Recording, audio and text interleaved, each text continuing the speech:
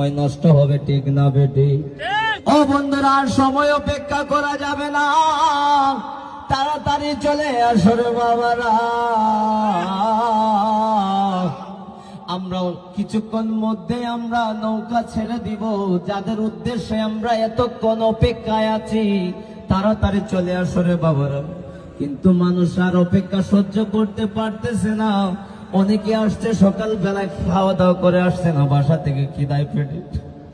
কি বলবো তোমাদেরকে, আমরা তো তোমাদের সেবায় নিয়োজিত, কিন্তু সেবামূলক কাজে। কিন্তু তোমরা যদি আমাদেরকে ভালোবাসো না, তাই তো তোমরা কিচ্ছু করার নাই।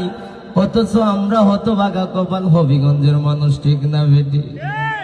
ও বন্ধুরা, আমার গভীর মনোযোগ বাজানো বাজানো,